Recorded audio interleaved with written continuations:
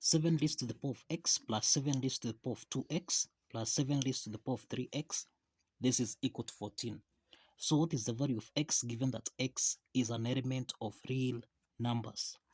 Now let's provide a solution from here. So we have 7 to the power of x plus, we can express 7 to the power of 2x as 7 to the power of x raised to the power of 2, then plus 7 to the power of 3 times x. This is the same thing as 7 to the power of x raised to the power of 3. This is equal to 14. Since we have 7 to the power of x is common here, we can let 7 to the power of x be equal to k. So let's substitute k here so that we have k plus k to the power of 2 plus k to the power of 3. This is equal to 14. So this is the same thing as k to the power of 3 plus k to the power of 2 plus k.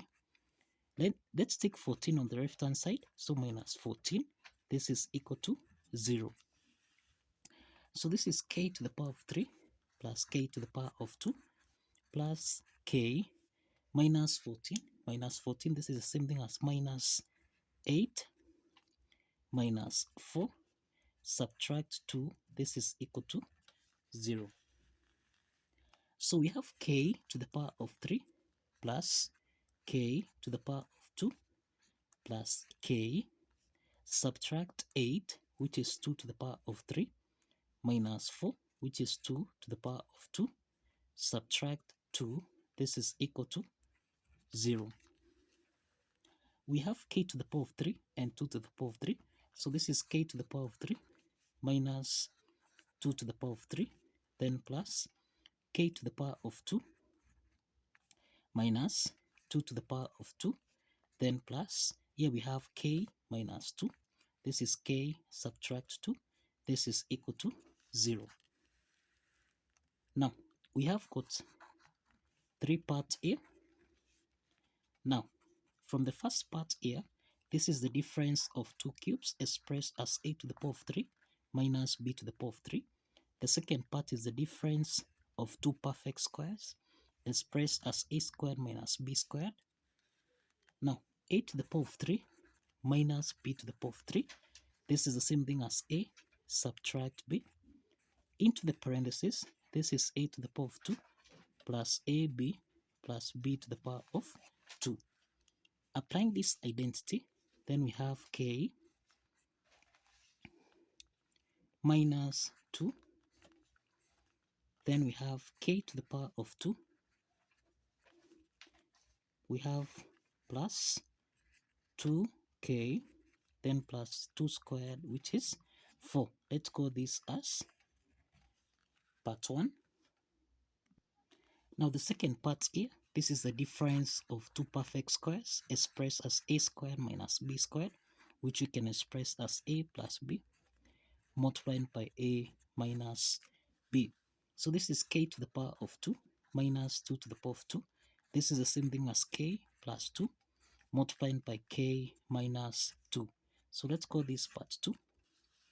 So from part 1, which is k minus 2, we have k to the power of 2, then plus 2k plus 4, then plus k plus 2 multiplied by k minus 2.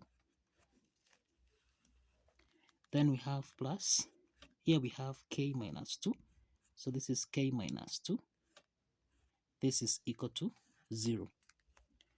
So we have that k minus 2 is common here. So we factor out k minus 2 into the parentheses. This is k to the power of 2 plus 2k plus 4, then plus k plus 2, then plus 1, cross the parentheses. This is equal to 0. So this is k minus 2. This is k to the power of 2 plus 2k plus k. This is 3k. Then we have 4 plus 2. This is 6 plus 1. This is 7. This is equal to 0. We have got 2 parts here. We have k minus 2, this is equal to 0. Then we have k to the power of 2 plus 3k plus 7, this is equal to 0. Now, we have that k from the first part, this is equal to 2. K is equal to 2. Now, this is the quadratic equation here, where we have a is equal to 1, b is equal to 3, c is equal to 7. Let's assess the nature of the root of this quadratic equation. That is, we determine the discriminant value, which is b squared minus 4ac. So when you check the nature of the root here, we mean we need to check if the discriminant value is greater than 0. This means we have real roots. If it is less than 0, this means we have complex roots.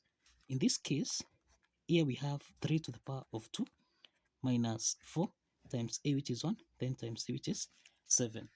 So this means 3 squared, this is 9, minus 4 times 7, this is 28. And we have that 9 minus 28, this is minus 19, and this is less than 0. So what this means is that we have two complex roots. We have two complex roots here. And this implies that there is no real solution here that can be obtained from this quadratic equation. So there is no real solution that can be obtained from this quadratic equation. So this means that the quadratic equation here is rejected. So let's focus on k, which is equal to 2. We have that k is equal to 2. And if you recall, we have that we assume that we let 7 to the power of x be equal to k. So we have 7 to the power of x. This is equal to 2. In this case, to solve for the value of x here, we introduce logarithm on both sides. We have log 7 to the power of x. This is equal to log 2. So log 7 to the power of x, this is in the form of log a to the power of b, which we can express as b log a. Applying this power log property, log 7 to the power of x becomes x log 7. This is equal to log 2. So let's divide both sides by log 7. Here we have log 7. So let's simplify here. And this means that x is equal to log 2 divided by log 7. So log 2 over log 7, this is in the form of log a over log b, which we can express as log a to base b. Applying this logarithm property, then we have x is equal to log 2 to base 7. This is the value of x. X is equal to log 2 to base 7. Now, we can check if this value of x satisfies the equation. So we have 7 to the power of x plus 7 to the power of 2x plus 7 to the power of 3 times x. This is supposed to give us a value of 14.